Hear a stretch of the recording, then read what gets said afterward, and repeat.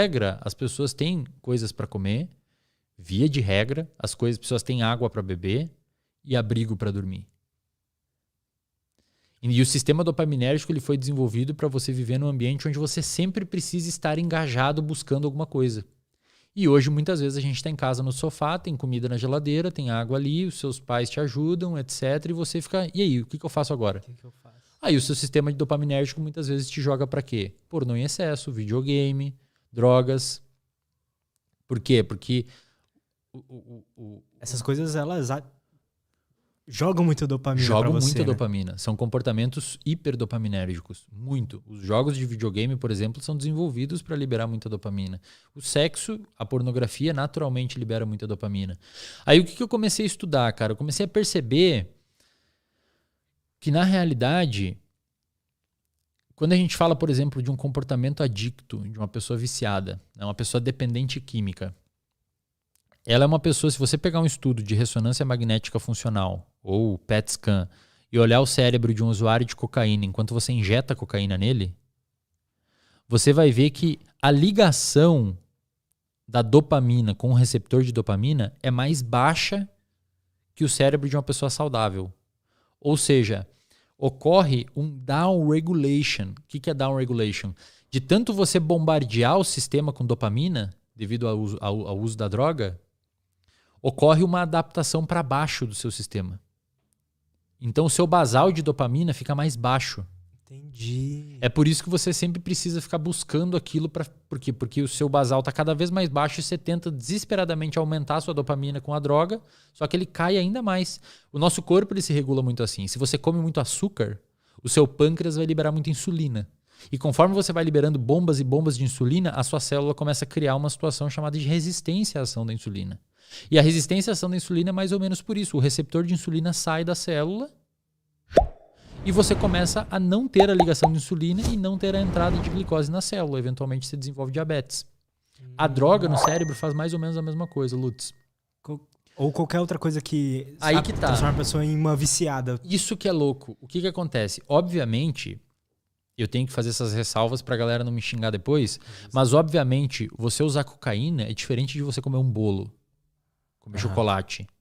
Óbvio, pessoal, óbvio isso. Ninguém aqui tá falando que pessoas que comem açúcar são viciadas em drogas. Não. Mas o açúcar, a gordura, a pornografia, comportamentos de uma maneira geral são, sim, liberadores de dopamina. Não num pico tão grande quanto uma droga, por exemplo, uma anfetamina, uma cocaína, alguma coisa nesse sentido. Mas ainda assim, jogos de uma maneira geral, cassino, videogame, etc., às vezes interação social em excesso, quando você desesperadamente procura por aprovação social, comidas hipercalóricas. Existem alguns comportamentos que naturalmente vão aumentando os seus picos de dopamina. E o segredo é assim, imagina que o seu sistema dopaminérgico, ele tem dois tipos de liberação. Tá? Ele tem uma liberação tônica. O que é uma liberação tônica? Os seus neurônios dopaminérgicos, a gente tem relativamente pouco neurônio no cérebro que produz dopamina. É uma das menores vias de todas. A gente tem 5 vias descritas dopaminérgicas no cérebro, uma sexta que ainda estão descrevendo os neuroanatomistas e neurofisiologistas, mas tem 5 vias bem descritas. 3 dessas vias são particularmente importantes para o comportamento de motivação, vício, etc. Que é a via mesocortical, aquela câmera ali que tá pegando, né? A via mesocortical, ela vem mais ou menos da sua orelha, lá do centro do seu cérebro, no meio dele, do miolo dele, da sua orelha, até o seu córtex pré-frontal, atrás da sua testa. Tem a via mesolímbica, que iria, digamos, da orelha, do meio da orelha ali, até mais o meio do cérebro. E tem a via nigroestriatal, que é uma via que também vai ali do meio da orelha. Todas elas saem do mesmo lugar, né? Da área tegmentar ventral, ali naquela região do tronco encefálico. Que vai da área tegmentar, da substância nigra até o estriado. Essa via nigroestriatal, por exemplo, é uma via que tem morte de neurônios de dopamina em pessoas com Parkinson, que resulta em tremores motores.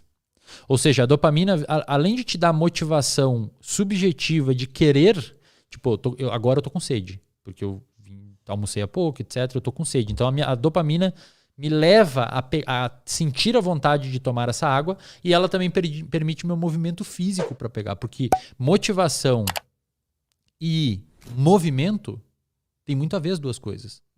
Você geralmente quando está motivado por alguma coisa envolve um movimento físico. E isso tudo que faz a dopamina. E a gente tem relativamente poucos neurônios dopaminérgicos no cérebro. As outras vias são muito maiores. E ainda assim, olha o tanto que ela faz, cara. O poder que tem. É muito foda.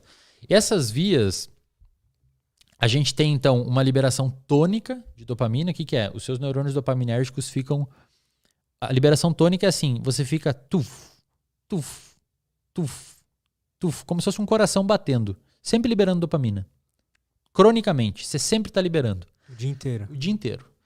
E isso muda de pessoa para pessoa. É por isso que tem pessoas naturalmente um pouquinho mais alegres, animadas, etc. E tem pessoas naturalmente um pouquinho mais deprimidas. Por quê? Provavelmente porque essa liberação tônica de dopamina, principalmente na via mesolímbica, provavelmente diminuída nessas pessoas que estão um pouquinho abaixo do normal de humor e aumentada nas pessoas que estão um pouquinho acima.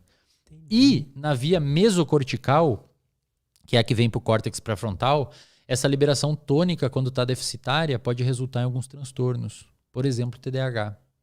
Por quê? Porque o córtex pré-frontal é envolvido com as nossas funções executivas, como atenção, memória de trabalho. Por exemplo, para você prestar atenção em mim agora e sustentar a atenção nessa conversa, você está usando seu córtex pré-frontal. Muito.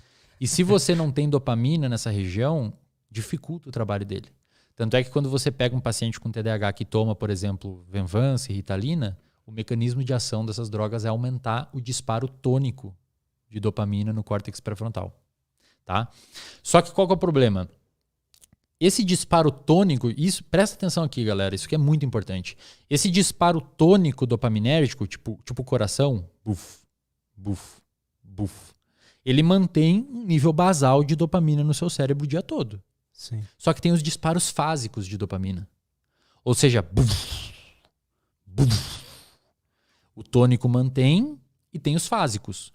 Esses fásicos só acontecem quando? Quando você faz sexo, quando você precisa de comida, quando precisa de água, quando precisa de abrigo, quando você fugir de perigo, quando você joga videogame, quando você bebe álcool, quando você fuma cigarro, quando você vê pornografia, quando você toma muita bebida rica em açúcar, quando você come comida hipercalórica. Isso são disparos fásicos. Qual que é o problema? Quanto mais você der disparos fásicos dopaminérgicos, mais o seu sistema se downregula, vai para baixo, e aquele disparo tônico começa a ficar... Entendi. Então, foda, se você mano. tem só prazer, só prazer, só prazer, só prazer na sua vida, na ausência dos disparos fásicos, a sua dopamina é muito baixinha. E isso pode eventualmente resultar em anedonia. E é muito comum na clínica isso, Lutz. O paciente vem falando assim, putz, doutor, eu não sei nada, eu não consigo, eu não sinto mais prazer, eu não sinto mais isso, eu não sinto mais aquilo.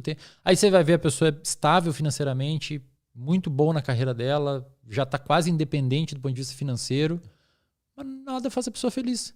Aí você vai ver a vida dela, a pessoa opera só na dopamina fásica. Sai com os amigos segunda para jogar boliche e bebe. Sai com os amigos ali jogar tênis, no dia faz um churrasco. A pessoa ela não vive, prazer, ela não vive o difícil um pouco. Ela não dá um sossego pro sistema dopaminérgico. Aí quando você tira isso dela, é quase como se uma pessoa que usa droga. Fica, obviamente, não no jeito que uma pessoa que usa droga, mas ela fica anedônica. Então, uma viagem com a família pro interior, num sítio que não tem álcool, não tem nada, perde o sentido. Por quê? Porque o cérebro dela gosta muito de dopamina. Ficou muito exigente.